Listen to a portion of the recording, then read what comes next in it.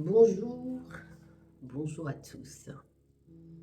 Je suis encore ravie de vous retrouver et bon lundi de Pâques à tous.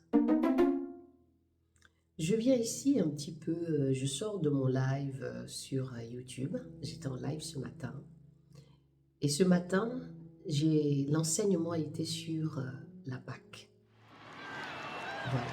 Donc, si ça t'intéresse, tu peux aller sur ma chaîne YouTube qui s'appelle EVE Ministère et tu vas aller écouter cet enseignement qui dure 2 heures, 2h44 à peu près, ou 45, où je suis rentrée dans le chapitre 12 de l'Exode qui nous parle de la Pâque. Et j'étais encore surpris. Aujourd'hui, tu as peut-être fait la quête aux œufs, la quête au lapin. Tu as peut-être dit à tes enfants que la Pâque, c'était courir après des lapins soi-disant de Pâques. Mais j'ai envie de te dire que la Pâque, c'est encore plus profond que ça. C'est la sortie du peuple d'Israël qui a duré 430 ans en Égypte. La révélation de Christ, le linteau, l'agneau immolé, des chevreux. La sortie du peuple d'Israël qui ont traversé la mer Rouge. Du pain sans levain.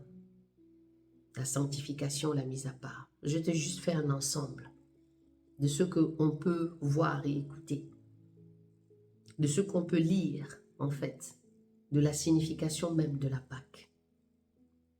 Il se peut que tu n'as pas compris, c'est une fête importante pour nous qui sommes disciples. Alors je vais te donner un petit peu les explications de la Pâque. Moi c'est Armel, hein? Mon prénom ici sur Facebook, c'est Masuki Armel, qui est mon nom. Et tout le monde m'appelle Tata Armel. Je suis enseignante, servante de Dieu. La Pâque de l'hébreu Pekash, passer outre, épargner, sacrifice de la Pâque. Ou fête de la Pâque. Première fête du calendrier hébraïque, elle fut instituée par ordonnance perpétuelle. Dès la sortie d'Égypte, cette fête commémore le salut de Yahweh accordé par le sacrifice de l'agneau. Elle préfigurait Christ, l'agneau de Dieu, qui est notre Pâque. Alléluia. Première fête du calendrier hébraïque, elle fut instituée par ordonnance perpétuelle dès la sortie d'Égypte. Cette fête commémore le salut de Yahweh accordé par le sacrifice de l'agneau. Elle préfigurait Christ, l'agneau de Dieu qui est notre Pâque. Alléluia. Et quand on lit ce chapitre, justement, on parle de l'agneau, qu'il fallait prendre un agneau ou un chevreau et qu'il fallait l'immoler. Donc, c'était cette petite information que je voulais venir communiquer. On a lu presque tout le chapitre. Je me suis arrêtée au verset 43, que je vais lire demain, 43 à 50, pour terminer, parce qu'il y a des petites choses qu'il faut apprendre. Et donc, nous allons continuer la lecture demain. Il y a beaucoup de références en lecture.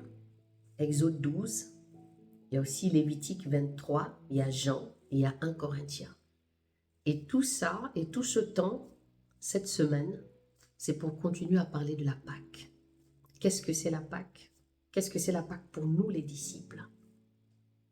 Je te laisse avec cette réflexion. Exode 12, tout le chapitre.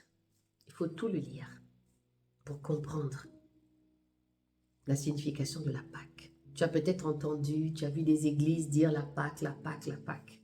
Et toi, tu continues même en tant que chrétienne, parce que je viens de voir une chrétienne faire la chasse aux œufs. C'est quoi la symbolique? Enseignons nos enfants. Enseignons-nous aussi à comprendre qu'est-ce que c'est la Pâque. Sur ce, que le Seigneur vous bénisse.